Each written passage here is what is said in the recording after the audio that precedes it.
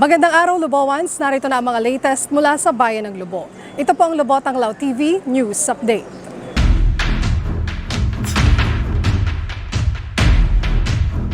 Muling nakiisa ang Bayan ng Lubo sa National Simultaneous Earthquake Drill.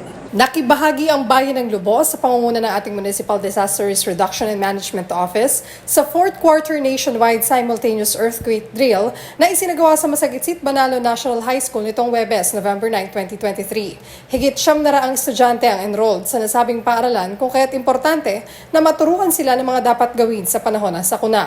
Naging katuwang sa naturang drill ang PNP at BFP Lubo. Muling nakakita ng nangingitlog na pawikan sa baybayang dagat ng Lubo ngayong buwan. Noong Biyernes ng gabi, 3 ng Nobyembre, tinungo ng ating Municipal Environment and Natural Resources Office o MENRO kasama ang DENR Senro Lipa ang Barangay Ulo-Ulo matapos mamataan ng olive ridley sea turtle, isang uri na endangered na pawikan sa baybayin ng nasabing barangay. Dito ay nakita ang 76 na itlog ng pawikan. Kaagad ding sinuri ng MENRO ang kalagayan nito at ito ay kanila na rin nilagyan ng net bilang proteksyon sa mga papanganib na hayop. Maliban dito ay kasabay din ng itlog ang isa ring olive ridley sea turtle sa baybayin naman ng Barangay Sawang. Samantala, tuloy-tuloy ang pagsasagawa ng pagbabakuna ng HPV, flu vaccine at bakuna kontra pneumonia ng ating Municipal Health Office ngayong linggo.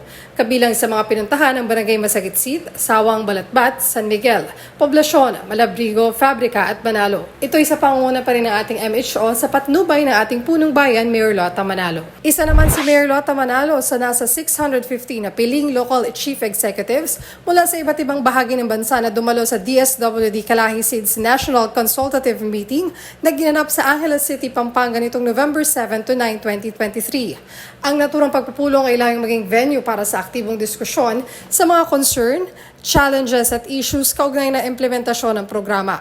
Kasama ni Mayor Lota na dumalo sa convention si Vice Mayor Jerly Manalo. Matatandaang ang Bayan ng Lubo ang tanging recipient ng programa sa buong Batangas.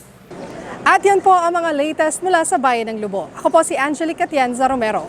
Muli, ito ang Lubotang Lao TV News Update.